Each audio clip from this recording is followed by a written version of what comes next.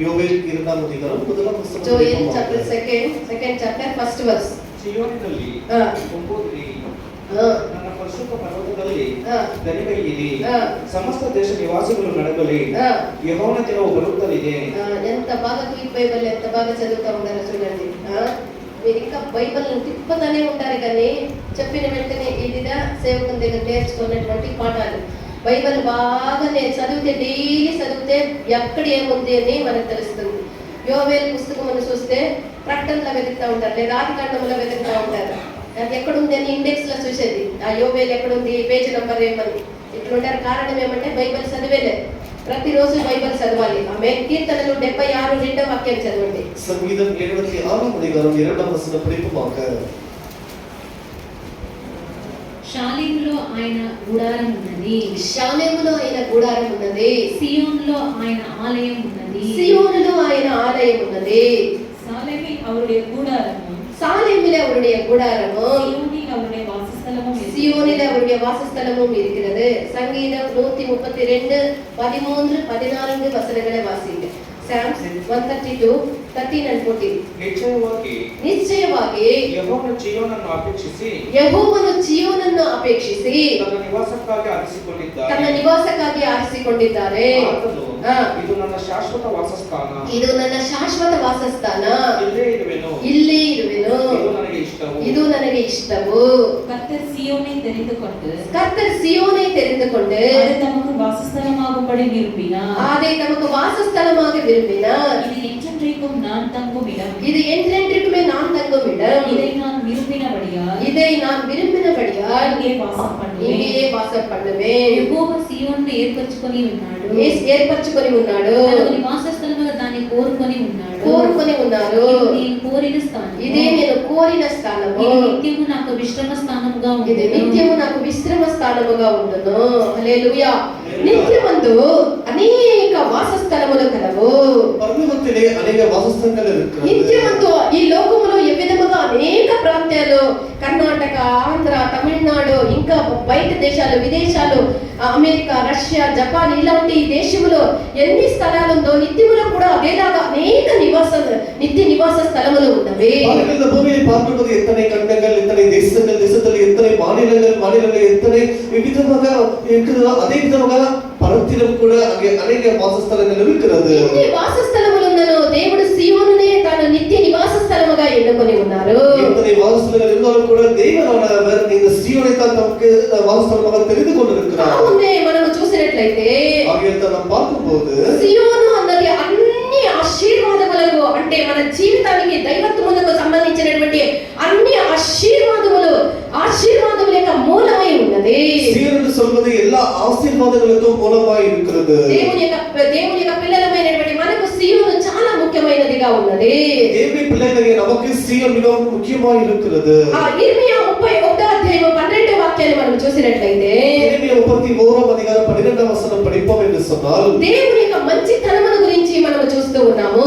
దేవుని నన్மையான గుణத்தை குறித்து பார்க்கிறோம். ಅವರು ಬಂದು ಚಿಯೋನ್ ಶಿಖರದಲ್ಲಿ ಹಾಡುವರು.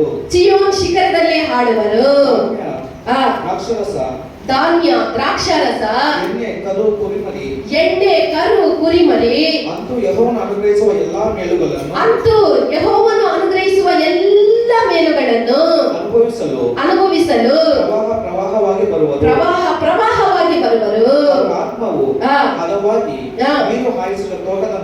ನೀರು ಹಾಯಿಸಿದ ತೋಟದಂತಿರುವುದು. ಅವರು ಇನ್ನು ಕಳೆಗುಂದರು. அவர்கள் வந்து சியோனின் உச்சியிலே கெம்பீரித்து கர்த்தர் அருளும் கோதுமை திராட்சரசம், கர்த்தர் என்னென்ன அருளுகிறாரோ பாருங்கள். கர்த்தர் அருளுகிறதான கோதுமையும் திராட்சரசத்தையும், எண்ணெய், ஆட்டுக்குட்டிகள், கன்றுக்குட்டிகள் என்பவைகளாகிய இந்த நன்மைக்காக ஓடி வருவார்கள். அவர்களுடைய ஆத்துமா நீர் பாய்ச்சலான தோட்டத்தைப் போலவும் தோட்டம் போல் இருக்கும். அவர்கள் இனி தொய்ந்து போவதில்லை. వారు వచ్చి సియోను కొండ మీద ఉత్సాహ ధ్వని చేయుదురు. యెహోవా చేయు ఉపకారమును బట్టి, గోధుమలను బట్టి, ద్రాక్ష రసమును బట్టి తైలమును బట్టి గొర్రెలకును పశువులకును పుట్టు పిల్లలను బట్టి ఆ గొడ్డలకు గొర్రెలకు పుట్టు పశువు ఆ పిల్లలను బట్టి సమూహములుగా వచ్చెదరు సమూహములుగా వచ్చెదరు. ఎన్నటికి కృషింపక వారి ఎన్నటికీ కృషింపక నీళ్లు పారు తోట వలె ఉందురు. నీళ్లు పార తోట వలె ఉందురు. దేవుడు ఎన్ని మంచి కార్యములు ఇక్కడ చేస్తాడు ఆ పిల్లలకి. ఆయన సియోన్లో నుండి చేస్తూ ఉన్నాడో చూడండి. எத்தனை நன்மையான காரியங்களை தேவன் தன்னுடைய ஜனங்களுக்கு சீயோனிலிருந்து మొదటిగా వారు செய்கிறார். వచ్చి ధాన్యములుగా గోధుమలను. முதலாவது அவர்கள் தானியம் என்று சொல்லப்படுவது கோதுமை. ఈ గోధుమల గురించి మనం చూసినట్లయితే இந்த கோதுமை குறித்து ఈ பார்க்கிறோம். గోధుమ దేన్ని చూపిస్తూ ఉన్నది? கோதுமை எதை காட்டுகிறது? గోధుమలు దేవుని యొక్క చిత్తాన్ని చేయటం చూపిస్తూ ఉన్నది. தேவ சித்தத்தை செய்வதை காட்டுகிறது. మనము దేవుని యొక్క రాజ్యంలో ప్రవేశించుటకు தேவனுடைய ராஜ்யத்தில் பிரவேசிக்கும்படியாக రాత్రి మనం విన్న ఉపదేశము చొప్పున ராத்திரி கேட்ட உபதேசத்தின்படி మనం మన చిత్తాన్ని దేవుని యొక్క చిత్తముతో చేర్చి మన చిత్తము దేవుని యొక్క చిత్తము చేయుటకు అడ్డుగా రాకుండా దేవుని యొక్క చిత్తాన్ని మనం సంపూర్ణంగా మనం చేయువారమై ఉండాలి. நாம் தேசத்தை நம்ம நிறைவேற்றும்படியாக நம்முடைய சித்தம் தடையாக வராதபடிக்கு நம்முடைய சித்தத்தை தேசத்தோடு இணைந்து கட்ட வேண்டும். మనము దేవుని యొక్క చిత్తమును చేయుటకు దేవుడు మనకు కృపను మెండుగా అనుగ్రహించే దేవుడై ఉన్నారు. நாம் தேசத்தை செய்யும்படிக்கு தேவன் நமக்கு நிறைவான கிருபை கொடுக்கிறவராய் సియోనులో இருக்கிறார். గోధుమలు ఉన్నవి. சீயோனிலே கோதுமைகள் இருக்கிறது. గోధుమలు దేవుని యొక్క చిత్తాన్ని చూపిస్తూ ఉన్నది. கோதுமைகள் தேவனுடைய சித்தத்தை ప్రియమైనటువంటి காட்டுகிறது. దేవుని యొక్క జన్మ మనం మన చిత్తాన్ని చంపి దేవుని యొక్క చిత్తాన్ని చేయుటకు దేవుని యొక్క కృపని సియోనులో నుండి ఉండేటువంటి దేవుని యొక్క ఆశీర్వాదముల యొక్క కృపను మనం మెండుగా పొందుకోవాలి. அவர்கள் நம்முடைய சித்தத்தை நாம் அழித்து தேசத்தை செய்து சீயோனிலே இருக்கிற நிறைவான ஆசீர்வாதங்களை பெற்றுக்கொள்ள வேண்டும். రెండవదిగా అక్కడ మనం చూసినట్లయితే இரண்டாவது நாம் பார்க்கும்போது అక్కడ గోధుమల తర్వాత ద్రాక్ష రసం ఉన్నది. அங்கே கோதுமைக்கு பிறகு திராட்சை ரசம் ద్రాక్ష இருக்கிறது. రసము అనగా திராட்சை ரசம் என்று சொன்னால் మనము పరిశుద్ధములో దోషము లేని వారముగాను பரிசுத்தத்திலே குறைவில்லாதவர்களாக పరిశుద్ధాత్మ అభిషేకము ద్వారా பரிசுத்தாவின் அபிஷேகத்தின் దేవుని యొక్క மூலமாக ప్రేమ రసమైనది మన యొక్క హృదయంలో ధారాళముగా కుమ్మరించబడును. தேவனுடைய அன்பின் ரசம் இதயத்திலே ஊற்றப்பட ద్రాక్ష రసం అన్నది దేవుని యొక్క ప్రేమకు సాదృశ్యమై ఉన్నది. திராட்சை ரசம் என்று சொல்வது அது அன்பை ఈ காட்டுகிறது. దేవుని యొక్క ప్రేమ మనకి ఏ విధముగా దొరుకుతుంది? தேவனுடைய அன்பு எங்கே நமக்கு கிடைக்கிறது? మనము పరిశుద్ధాత్మ అభిషేకము ద్వారా మన యొక్క హృదయంలో దేవుని యొక్క ప్రేమ ధారాళముగా నిండారుగా కుమ్మరించబడుతుంది. தேவனுடைய பரிசுத்தாவின் மூலமாக நமக்கு அந்த தேவனுடைய அன்பை நமக்கு தாராளமாய் கொடுக்கப்படுகிறது. దేవుని యొక్క పిల్లలమైనటువంటి మనము ఈ యొక్క ద్రాక్షారసము అన్న దేవుని యొక్క ప్రేమను మనం పొందుకోవాలి. தேவனுடைய பிள்ளைகளை நாம் திராட்சை ரசம் என்று சொல்லப்படுகிற தேவனுடைய அன்பை நிறைவாய் பெற்றுக்கொள்ள సియోనులో வேண்டும். నుండి దేవుడు సియోనులో నుండి నిండారుగా తన యొక్క పిల్లలకి ఆ యొక్క ద్రాక్షారసం అన్న దేవుని యొక్క ప్రేమను ఆయన అనుగ్రహించుదురు. அவர் சீயோனிலிருந்து நமக்கு நிறைவான திராட்சை ரசம் என்ற தேவனுடைய அன்பை நமக்கு கொடுக்கிறவராய் మూడవదిగా అక్కడ இருக்கிறார். ఏమున్నది? மூன்றாவது అక్కడ తైలం ఉన్నది. அங்கே సియోనులో తైలం ఉన్నది. சீயோனிலே மூன்றாவதாக எண்ணெய் இருக்கிறது. అక్కడ తైలం ఉన్నది. அங்கே எண்ணெய் మనము இருக்கிறது. పరిశుద్ధతలో మనము పూర్ణత పొందుటకు பரிசுத்தத்திலே நாம் பரிபூர்ணம் பெறும்படியாக దేవుడు మనల్ని పరిశుద్ధాత్మ చేత మనల్ని అభిషేకించాలి. தேவனுடைய அபிஷேகத்தினால் நாம் நிரப்ப வேண்டும். దేనితో దేవుడు మనల్ని అభిషేకిస్తూ ఉన్నాడు? தேவன் நம்ம எதிராக அபிஷேகம் తన பண்ணுகிறார். పరిశుద్ధమైనటువంటి తైలముతో దేవుడు మనల్ని అభిషేకిస్తూ ఉన్నారు. பரிசுத்த எண்ணெயினாலே அபிஷேகம் பண்ணுகிறார். ప్రియమైనటువంటి దేవుని యొక్క జనమా, మన దేవుని మనము పరిశుద్ధ మగుటకు దేవుడు మనల్ని పిలిచి ఉన్నాడు. புஸ்தகம் படுவதற்கு தேவன் நம்மை పరిశుద్ధత లేకపోతే నిశ్చయముగా మనం దేవుణ్ణి దర్శించలేము. பரிசுத்தம் இல்லாமல் தேவனை தரிசிக்க మనము முடியாது. పరిశుద్ధత కలిగి దేవుని దర్శించటకు మనం సిద్ధపడి ఉండాలి. பரிசுத்தமாக தேவனை பார்க்கும்படிக்கு நாம் ஆயத்தமாக మనం పరిశుద్ధత లేకపోతే దేవుని యొక్క దేవుని దర్శించలేము. దేవుని యొక్క రాకడలో మనం పోలేము. பரிசுத்தம் இல்லாமல் தேவனை தரிசிக்க முடியாது. அவனை வருகை எடுத்துக் கொள்ளப்படவும் முடியாது. మనము పరిశుద్ధ పడాలి అంటే நாம் பரிசுத்தமாக்கப்பட సియోనులో నుండి வேண்டும். దేవుడు తన యొక్క అభిషేకముతో మనల్ని ఆయన నింపాలి. சீயோனிலிருந்து அவர் தன்னுடைய பரிசுத்த அபிஷேகம் என்ற எண்ணெயினால் நம்மை நிரப்ப ఆ యొక్క வேண்டும். అభిషేకాన్ని మనం అపేక్షించుదుము గాక. அந்த அபிஷேகத்தை நாம் அவருடைய விரும்புவோமாக. తర్వాత ఇక్కడ ఏమున్నది? பிறகு நான்காவதாக என்ன இருக்கிறது? అక్కడ ఎడ్లకు గొర్రెలకు పుట్టినటువంటి ఆ యొక్క గొర్రె పిల్లలు ఉన్నవి. அங்கே ஆட்டுக்குட்டிகள் இருக்கிறது. గొర్రె పిల్ల దేనికి సాదృశ్యమై ఉన్నది? இந்த ஆட்டுக்குட்டி எதை காட்டுகிறது? దీనతకు అది సాదృశ్యమై ఉన్నది. அது தாழ்மையை காட்டுகிறது.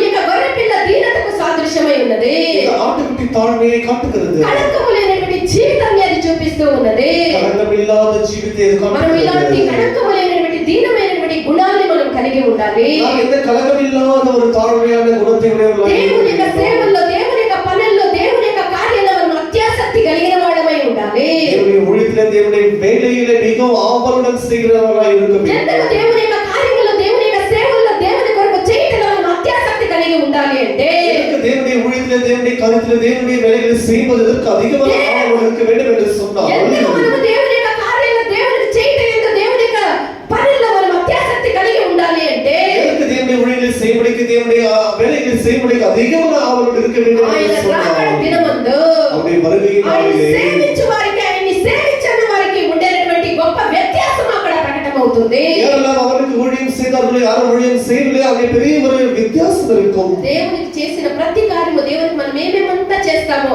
ప్రతి కార్యమునకును చెయ్యని వాళ్ళకి ఒక వ్యత్యాసం అక్కడ దేవుడు కనపరుస్తాడు. யாரெல்லாம் தேவனுக்கு எல்லாவற்றையும் செய்தார்களோ யார் செய்யவில்லை அவங்களுக்கு பெரிய வித்தியாசம் காணப்படும். 1 కొరింథీయులు 15వ అధ్యాయం 58వ వాక్యాన్ని చదవండి. 1 కొరింథీయులు 15వ 15వ అధికారం 58వ వచనం పరిపూర్ణ. 15 chapter 58th verse. ಆದುದರಿಂದ ನನ್ನ ಪ್ರಿಯ ಸಹೋದರರೇ ಸ್ಥಿರಚಿತ್ತರಾಗಿಯೂ ಎಚ್ಚರರಾಗಿಯೂ ಇರ್ರಿ. ನೀವು ಕರ್ತನ ಸೇವೆಯಲ್ಲಿ ಪಡುವ ಪ್ರಯಾಸವು ನಿಷ್ಫಲವಾಗುವುದಿಲ್ಲವೆಂದು ತಿಳಿದು ಕರ್ತನ ಕೆಲಸವನ್ನು ಯಾವಾಗಲೂ ಅತ್ಯಾಸಕ್ತಿಯಿಂದ ಮಾಡುವವರಾಗಿರಿ. ಯಾವುದೇ ಆಗಿರಬಹುದು ದೇವರ ಕೆಲಸವನ್ನು ಅತ್ಯಾಸಕ್ತಿಯಿಂದ ನಾವು ಮಾಡುವವರಾಗಿರಬೇಕು.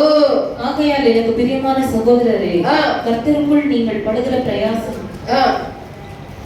கர்த்தருக்குள் நீங்க படுகிற பிரயாசம் விருதாவா இராதென்று அறிந்து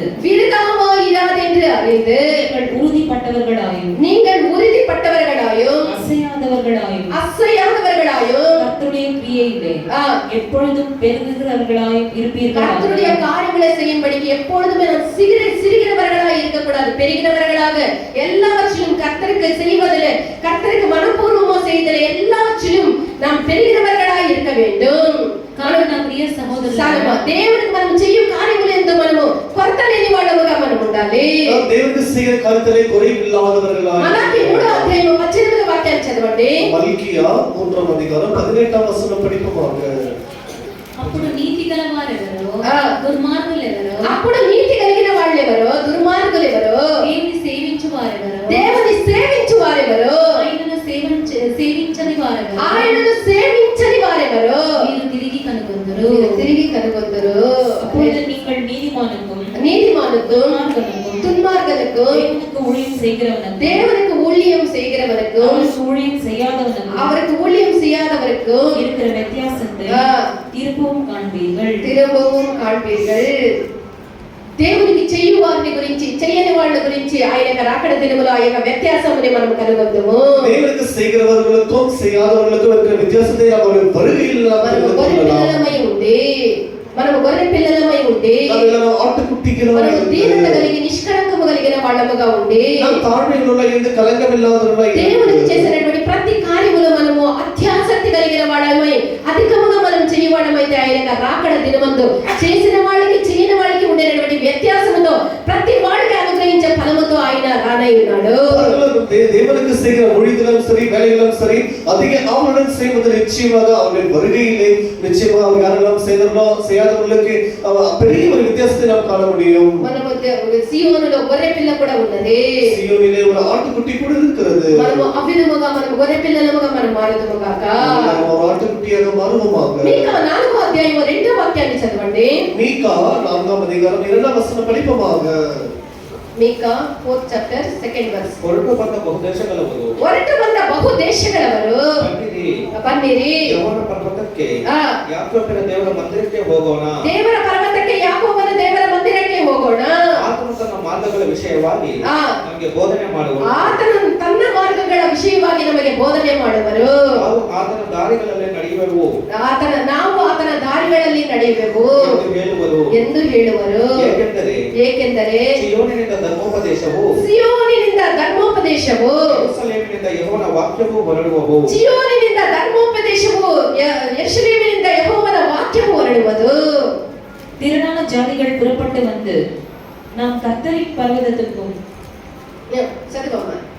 யாக்கோபின் தேவனுடைய ஆலயத்துக்கும் போவோம் வாருங்கள். அவர் தமது வழிகளை நமக்கு போதிப்பார். அவர் அங்க போனால் அவர் தம்முடைய வழிகளை நமக்கு போதிப்பார். நாம் அவர் பாதைகளில் நடப்போம் என்பார்கள். ஏனெனில் சியோனிலிருந்து வேதமும், சியோனிலிருந்து என்ன வருகிறது? வேதமும், எருசலேமிலிருந்து கர்த்தரின் வசனமும் எருசலேமிலிருந்து கர்த்தருடைய வசனமும் விளங்குகிறது. ஆமென். சியோனிலே ஏன் ఉన్నది, సీయోనిలో என்ன இருக்கிறது? ధర్మశాస్త్రం ఉన్నది. அவருடைய பரிசுத்த మనం வேதம் నడవాల్సినటువంటి ఆ యొక్క కార్యములు దేవుడు అక్కడ నుండి మనకు బోధించి ఆయన నడిపించుదురు. நடக்க வேண்டிய காரியங்களை தேவன் சீயோனில் நமக்கு போதிப்பார். దేవుని యొక్క ఆజ్ఞ, ఆ యొక్క దేవుని యొక్క ధర్మోపదేశము లేదా దేవుని యొక్క ఉపదేశములు సీయోనులో నుండి ఉన్నది. தேவனுடைய உபதேசங்கள் அவருடைய வேதமானது சீயோனில் இருக்கிறது. అక్కడ నుండి బయలుదేరి సర్వ ప్రపంచమునికి అది బోధనలుగా దేవుడు అనుగ్రహిస్తూ ఉన్నాడు. தேவன் அவர் அங்கிருந்தான் சர்வ ஜனங்களுக்கும் மூபிக்கும் அவர் எல்லா வேதங்களை அவர் அபிதமாக புறப்பட మన பண்ணுகிறார். దేవుడు మూల అస్థిపారములైనటువంటి మూల బోధనల్ని ధర్మ ఉపదేశముల్ని ఆ యొక్క బోధనల్ని సంఘమునకు దేవుడు సీయోను నుండి ఆయన అందిస్తూ ఉన్నాడు. எல்லா மூல உபதேசங்களை எல்லா சத்தியங்களையும் தேவன் அவர் சீயோனில் தான் நமக்கு கொடுக்கிறவராக ఆ బోధనలకు మనము లోబడాలి. அந்த உபதேசங்களுக்கு நாம் கீழ்ப்படிய ఆ வேண்டும். బోధనలకు మనము లోబడినట్లయితే அந்த உபதேசங்களுக்கு கீழ்ப்படிவோம் என்று మన சொன்னார். యొక్క పాపముల నుండి మనము విడిపించబడదుము. பாவத்தில் நாம் விடுதலை మనం செய்யப்படுவோம். పాపానికి దాసులమైనటువంటి మనము దేవుని యొక్క ధర్మ ఉపదేశముని మనం వినినప్పుడు, దేవుని యొక్క బోధనలు వినినప్పుడు దానికి మనం అప్పగించిన ఎడల వాటిల నుండి మనం విడిపించబడి నీతికి మనము దాసులమగునట్లుగా దేవుడు మార్చుదురు. பாவங்களுக்கு அடிமையா இருக்கும்போது நாம் தேவனுடைய வசனத்தை உபதேசத்தை கேட்கும் பொழுது அதன்படி நாம் ஒப்பு கொடுக்கும் போது நிச்சயமாக பாவத்தில் நாம் விடுதலை பெற రోమా முடியும். 6వ అధ్యాయం 17 18 వాక్యాలను చదవండి. ரோமர் 6ஆம் அதிகாரம் 17 18 வசனங்களை படிப்போமாக. మీరు పాపములకు దాసులై ఉంటరి గాని ఆ, ఏ ఉపదేశములకు మీరు అప్పగింపబడితిరో ఏ ఉపదేశములకు మీరు అప్పగించబడితిరో దానికి హృదయపూర్వకముగా లోబడిన వారై దానికి హృదయపూర్వకముగా లోబడిన వారై పాపం నుండి విమోచింపబడి పాపము నుండి విమోచింపబడి నీతికి దాసులైతిరి. నీతికి దాసులైతిరి. ఇందుకు దేవునికే స్తోత్రము. అందుకు దేవునికే స్తోత్రము. முன்னே நீங்கள் பாவத்திற்கு அடிமைகளாக முன்ன நாம் யாருக்கு அடிமைகளா இருந்தோம்? பாவத்துக்கு அடிமைகளா இருந்தோம். இப்பொழுது உங்களுக்கு ஒப்புவிக்கப்பட்ட உபதேச சட்டத்திற்கு இப்போ உங்களுக்கு ஒப்பு கொடுத்த உபதேச சட்டத்திற்கு உபதேச சட்டத்திற்கு நீங்கள் மனப்பூர்வமாய் கீழ்ப்படிந்ததினாலே நீங்க மனப்பூர்வமாய் கீழ்ப்படிந்ததினாலே தேவனுக்கு ஸ்தோத்திரம். தேவனுக்கு ஸ்தோத்திரம். பாவத்தினின்று நீங்கள் விடுதலையாக்கப்பட்டு பாவத்திலிருந்து நீங்க விடுதலையாக்கப்பட்டு நீதிக்கு அடிமைகளாகி நீதிக்கு அடிமைகளாகி தேவனுடைய உபதேச சட்டத்துக்கு நாம் கீழ்ப்படியும் போது நம் பாவத்துக்கு நாம் அடிமைகளா இராதபடிக்கு நீதிக்கு అడిమేగలాగా కర్త நம்மை మార్చును. మనం దేవుని యొక్క ధర్మ ఉపదేశములకు దేవుని యొక్క బోధనలకు మనం లోబడినప్పుడు మనం పాపానికి దాసులముగా ఉండకుండా నీతికి దాసులమగునట్లుగా దేవుడు చేయును. நாம் கேட்கிற உபதேசத்துக்கு நாம் நிச்சயமாக கீழ்ப்படிந்து அதை ஏற்றுக்கொண்டு அதுக்கு ஒப்பு கொடுக்கும் போது நிச்சயமாக நாம் பாவத்தில் விடுதலையாக்கப்பட்டு நீதிக்கு அடிமைகளாக மாறிவிடுவோம். యెషయా 51వ అధ్యాయం 3వ వాక్యాన్ని చదవండి. యెషయా 51వ అధ్యాయం 3వ వచనం పడి ఉంగల్. యెహోవా సీయోనును ఆదరించుచున్నాడు. యెహోవా సీయోనును ఆదరించుచున్నాడు. పాడైన స్థలములన్నిటిని ఆదరించి పాడైన స్థలములన్నిటిని ఆదరించి అరణ్య స్థలములను ఏదేను వలె చేయును. అరణ్య స్థలములను ఏదేను వలె చేయును. ఎడారి భూములు యెహోవా తోట వలె నవ్వు. ఎడారి భూమిని ఏదేను తోట వలె ఉండును. ఆనంద సంతోషములను కృతజ్ఞతా స్తుతియు. ఆనంద సంతోషములు కృతజ్ఞతా స్తుతులు. సంగీత గానములు దానిలో వినపడును. సంగీత గానములు దానిలో వినపడును. கர்த்தர் சீயோனுக்கு ஆறுதல் செய்வார். கர்த்தர் சீயோனுக்கு ஆறுதலை செய்வார். அதன் பாழான ஸ்தலங்களை எல்லாம் தேறுதல் அடைய செய்து அதன் பாழான ஸ்தலங்களை எல்லாம் தேறுதல் அடைய செய்து வனாந்திரத்தை ஏதேனை போலவும் அதன் வனாந்திரத்தை ஏதேனை போலவும் அதன் அவாந்திர வெளியை கர்த்தரின் தோட்டத்தை போலவும் அவாந்திர வெளியை கர்த்தருடைய தோட்டத்தை போலவும் செய்வார். சந்தோஷமும் மகிழ்ச்சியும் அந்த இடத்துல என்ன இருக்கிறது? சந்தோஷமும் மகிழ்ச்சியும் துதியும் கீத சத்தமும் அதில் உண்டாயிருக்கும். கீத சத்தமும் அதிலே உண்டாயிருக்கும். దేవుడు సీయోన్ని ఆదరించినటువంటి దేవుడై ఉన్నాడు. దేవుడు సీయోనిని நம்மை ஆதரவு செய்கிற தேவனாய் ఉన్నాడు. దేవుడు సకల విధమైనటువంటి ఆదరణలకు కర్త అయినటువంటి దేవుడై ఉన్నాడు. దేవుడు సకల విధమైన ఆదరణలు கொடுக்கிற దేవుడై ఉన్నాడు. సకల విధమైనటువంటి ఆదరణని మనకు అనుగ్రహించే దేవుడు మన యొక్క దేవుడు. எல்லா విధమైన ఆదరణలు మన దేవుడు ఇప్పుడు మనం ఏ స్థితిలో ఉన్నామో ఆ స్థితికి తగినట్లు మన యొక్క దేవుడు మనల్ని ఆదరిస్తూ ఉన్నాడు. ఇప్పుడు நாம் என்ன நிலைமையில் இருக்கிறோமோ அதுக்கு ஏற்றபடி நமக்கு ஆறுதல் செய்கிற தேவனாய் దేవుడు తన యొక్క వాక్యాన్ని మనకు పంపించి దేవుడు நமக்கு వసనతిగా మన కష్టంలో, శోధనలో, మన బాధల్లో, మన ఇరుకుల్లో, మన ఇబ్బందుల్లో ఉన్నప్పుడు ఆ వాక్యం ద్వారా దేవుడు మనల్ని ఆదరిస్తూ ఉన్నాడు. சோதனையிலே, கஷ்டத்திலே, உபத்திரவத்திலே, கண்ணீரிலே, கவலையிலே, துக்கத்திலே இருக்கும்போது தேவனுடைய வசனத்தை அனுப்பி நமக்கு ஆறுதல் செய்வார். ఆయన సకల విధమైనటువంటి ఆదరణకు మూలకర్త అయినటువంటి దేవుడై ఉన్నాడు. அவர் எல்லா விதமான கஷ்டங்களுக்கும் அவர் ஆறுதல் செய்கிற மூல தேவனாய் இருக்கிறார். 1 అధ్యాయం 3 నుండి 5 వాక్యాల వరకు చదవండి. 2 కొరింథీయర్ 2 కొరింథీయర్ 1వ అధికారం 3లిருந்து 5 వచనಗಳು. ನಮ್ಮ ಕರ್ತನಾದ ಯೇಸು ಕ್ರಿಸ್ತನ ದೇವರು ದೇವರು ಆಗಿರುವ ಆತನಿಗೆ ಸ್ತೋತ್ರವಾಗಲಿ. ಆತನು ಕನಿಕರವುಳ್ಳ ತಂದೆಯು ಆತನು ಕನಿಕರವುಳ್ಳ ತಂದೆಯು ಸಕಲ ವಿಧವಾಗಿ ಸಂತೈಸುವ ದೇವರು ಸಕಲ ವಿಧವಾಗಿ ಸಂತೈಸುವ ದೇವರು ಆಗಿದ್ದಾನೆ. ನಮಗೆ ಸಂಭವಿಸುವ ಆ ಎಲ್ಲ ಸಂಕಟಗಳಲ್ಲಿ ನಮ್ಮನ್ನು ಸಂತೈಸುತ್ತಾನೆ. ನಮಗೆ ಸಂಭವಿಸುವ ಎಲ್ಲ ಸಂಕಟಗಳಲ್ಲಿ ಅವರು ನಮ್ಮನ್ನು ಸಂತೈಸುತ್ತಾರೆ. ಹೀಗೆ ದೇವರಿಂದ ನಮಗಾಗುವ ಆದರಣೆಯ ಮೂಲಕ ನಾವು ನಾನಾ ವಿಧವಾದ ಸಂಕಟಗಳಲ್ಲಿ ಬಿದ್ದಿರುವವರನ್ನು ಸಂತೈಸುವುದಕ್ಕೆ ಶಕ್ತಿವಂತರಾಗುತ್ತೇವೆ. ಯಾಕೆಂದರೆ ಕ್ರಿಸ್ತನ ನಿಮಿತ್ತ ನಮಗೆ ಬಾಧೆಗಳು ಹೇಗೆ ಹೇರಳವಾಗಿ ಉಂಟಾಗುತ್ತವೆಯೋ ಹಾಗೆಯೇ ಆದರಣೆಯೂ ಕೂಡ ಕ್ರಿಸ್ತನ ಬಾಧೆಗಳು ಹೇಗೆ ಹೇರಾಳವಾಗಿ ಉಂಟಾಗುತ್ತದೋ ಹಾಗೆಯೇ ಆದರಣೆಯೂ ಕೂಡ ಕ್ರಿಸ್ತನ ಮೂಲಕ ಹೇರಾಳವಾಗಿ ఉంటది. ఎంత బాగుందో చూడండి. మనకి శ్రమలు ఎంతగా అధికరిస్తుందో దేవుని యొక్క ఆదరణ కూడా అంతగా మనకి దేవుడు అధికముగా అనుగ్రహించే దేవుడు. நமக்கு எத்தனை உபத்திரவம் பெருகுதோ அவ்வளவு அதிகமாக கர்த்தரிடத்தில் நமக்கு ஆறுதலும் பெருகுகிறதா இருக்கும். ఈ లోకములో ఉండేటువంటి దేవుని యొక్క పిల్లలకి ఈ లోకములో ఏ మూలలో కూడా ఆదరణ సమాధానము సంతోషము లేకపోయినను உங்களுக்கு ஜனங்களுக்கு எந்த பூமியில எந்த மூலையில கூட அவங்களுக்கு ஆறுதல் இல்லாமல் போனாங்க. ఆదరణ నిమిత్తము సంతోషము నిమిత్తము సమాధానం నిమిత్తము ఎట్టి వైపు చూసినా దేవుని యొక్క పిల్లలకి కొన్ని సందర్భాల్లో ఆదరణ నెమ్మది విశ్రాంతి కలిగేది లేదు. దేవుని పిల్లలకి இந்த பூமியில எந்த சமயத்துல எந்த மூலையில எங்க போனாலும் கூட அவங்களுக்கு ஆறுதல் கிடைக்காது. అయితే దేవుని వైపు మనం చూసినట్లయితే దేవుని పక్కన பார்க்கும்போது ఈ లోకములో లేనటువంటి ఒక శాశ్వతమైనటువంటి ఆదరణ, శాశ్వతమైన సమాధానము, శాశ్వతమైనటువంటి నెమ్మది ఖచ్చితంగా మన దేవుడు మనకు అనుగ్రహించే దేవుడు. இந்த உலகத்தில் இல்லாத ஒரு நிரந்தரமான ஒரு சமாதானம், நிரந்தரமான ஒரு சந்தோஷம், நிரந்தரமான ஒரு ஆறுதல் நமக்கு தெரிந்தவரை தேவன் கொடுக்கிறார். మనల్ని ఆదరిస్తారు అంటే ఎవ్విధమైన మనం తెచ్చువారు తల్లి ఆదరించే రీతిగా ఆయన ఆదరించి ఓదార్చే దేవుడై ఉన్నాడు.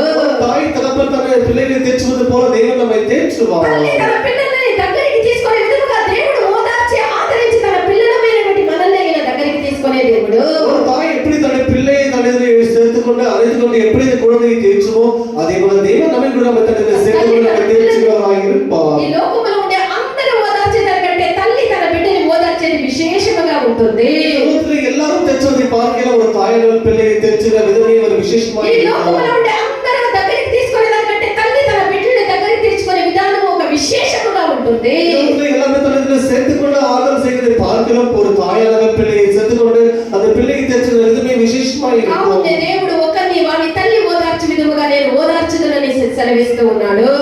நம்முடைய தேவனுடன் சொல்லும்போது ஒரு தாய் தேற்றுவது போல நம்மளை தேற்று ఒక తల్లి తన బిడ్డని ఓదార్చే విధముగా ఆయన ఓదార్చి ఆయన ఆశీర్వదించడానికి మనందరినీ ఆయన దగ్గరికి ఆయన పిలుస్తూ ఉన్నాడు. அவர் நம்மை தாய் தேற்றுவது போல நம்மை தேற்றி நம்ம எல்லாரும் தன்னிலே சேர்த்துக்கொண்டு நம்மை ஆசீர்வதிக்க வேண்டும் என்று விரும்புகிறார். கீர்த்தன మొదటి రెండు వాక్యాలను చదవండి.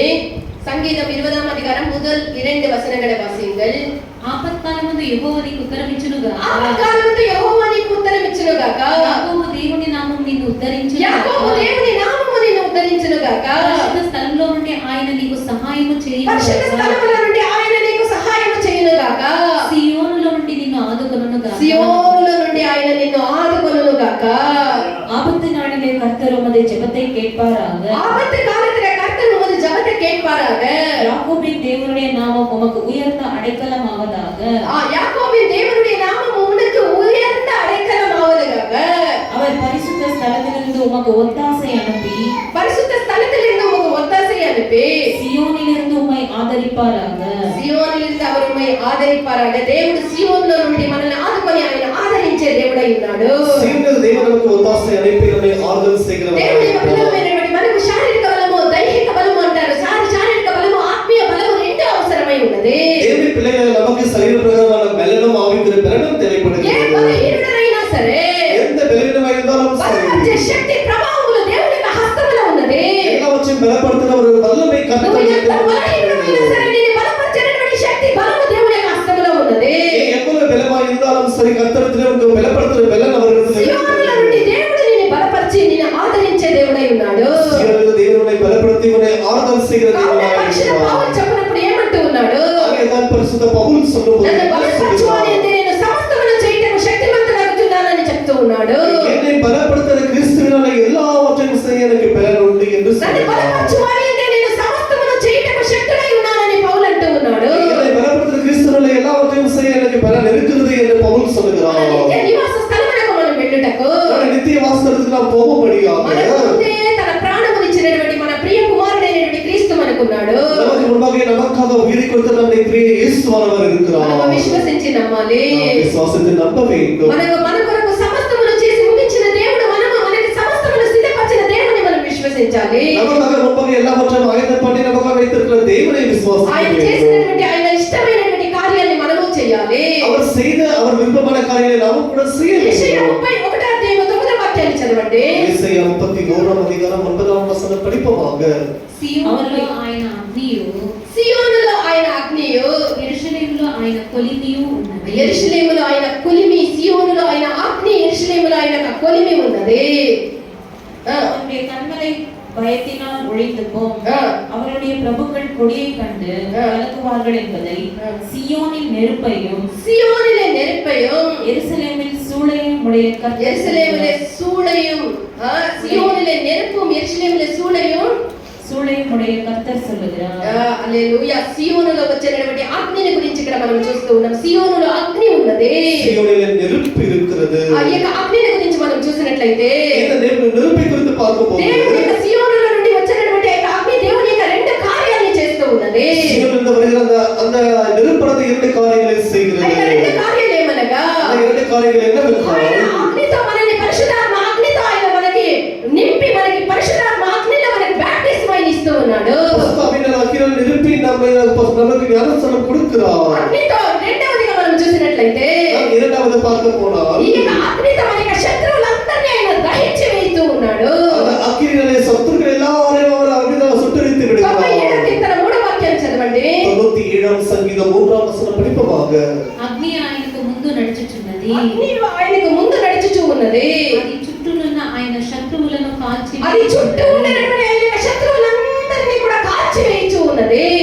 அக்னி அவருக்கு முன் சென்று, அக்னி அவர்களுக்கு முன் சென்று சுற்றிலும் இருக்கிற அவருடைய சத்துருக்களை சுட்டெரிக்கிறது. சுற்றிலும் இருக்கிற அவர்களுடைய சத்துருக்களை சுற்றி எரிகின்றது.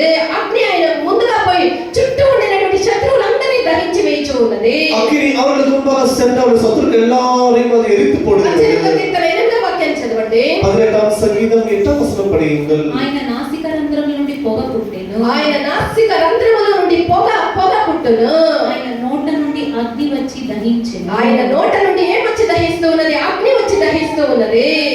அவருடைய வாயிலிருந்து வந்த அக்கினி வந்து பட்சிக்கிறதா இருக்கிறது. సియోనులో నుండి వచ్చినటువంటి అగ్ని అభిషేకంతో నిండినదై ఉన్నది. பாருங்கள் సియోనులో வருகிற అగ్ని அது பட்சிக்கிறதா అగ్ని సియోనులో నుండి వచ్చినటువంటి అగ్ని అభిషేకంతో నిండినదై మనలో సరైనటువంటి సమస్తమైనటువంటి శుద్ధీకరించబడినటువంటి ఆ యొక్క గుణాలని ఆ స్వభావాలన్నిటినీ కూడా అది కాల్చి వేస్తూ ఉన్నది. సియోనులో పుறப்பட்டிருந்த అగ్ని அது நம்மிலே வந்து நம்மிலே சரியில்லாத எல்லா குணங்களையும் அது எரித்து போடுகிறது. దుష్టాత్మలు దురాత్మలు సియోనులో నుండి వచ్చినటువంటి ఆ అగ్ని చేత దహించబడినప్పుడు பொல்லாதாவிகள் సియోనులో வருகிற అగ్నియాల అది ఎరికపடும் పోదు. మనకు భయం కలిగించేదానికి ఏది ఉండదు. భయం లేకుండా మనం ముందుకు కొనసాగిపోదుము. நம்மை மறைபொருளும்படிக்கு எதுவுமே இருக்காது. நம்ம தைரியமாய் முன்னேறி செல்லலாம். ఈ అగ్ని సమస్త దుష్ట శక్తుల్ని దహించి వేస్తుంది. இந்த అగ్ని సకల విధమైన పొల్లాద వల్లమైనా ఎరిத்து భయం పోడుతుంది. లేకుండా మనం ముందుకు కొనసాగిపోదుము. நாம் எந்த భయం இல்லாமல் முன்னேறி செல்ல முடியும். సియోనులో నుండి ఇంకా అనేక ఆశీర్వాదములు ఉన్నవి. సియోనులో కింద అనేక ఆశీర్వాదాలు యెషయా 28వ అధ్యాయం 16వ వాక్యం చదవండి. యెషయా 28వ అధ్యాయం 16వ వచనం படியுங்கள்.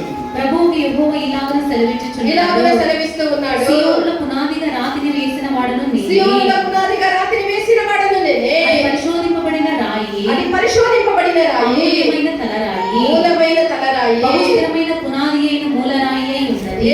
సియోనులో నుండి యేసు ప్రభు తన శరీరం అనే సంఘముని పరిపూర్ణతతో నింపేదలిగా ఆయన పునాది రాయిగా వేయబడి ఉన్నాడు. యేసు సియోనులో நம்முடைய சபையை பலமாக பலப்படுத்தும்படியாக அவரே அஸ்திபாரக்கல்லாக மாறி అది இருக்கிறார். ఎఫెసీయులు 1వ అధ్యాయం 20వ వాక్యం నుండి 23వ వాక్యం వరకు మనం చదివితే తెలుస్తుంది. எபேசியர் 1వ అధ్యాయం 20 படித்தால் நமக்கு தெரியும். ఈ యొక్క మనము సియోనులో పెళ్లి కుమార్తెగా మనం మారటకు దేవుడు మనల్ని పరిపూర్ణంగా చేయటకు ఆయన శరీరం అనే సంఘము కొరకు తన యొక్క ప్రాణముని ఆయన ఇచ్చి ఉన్నాడు.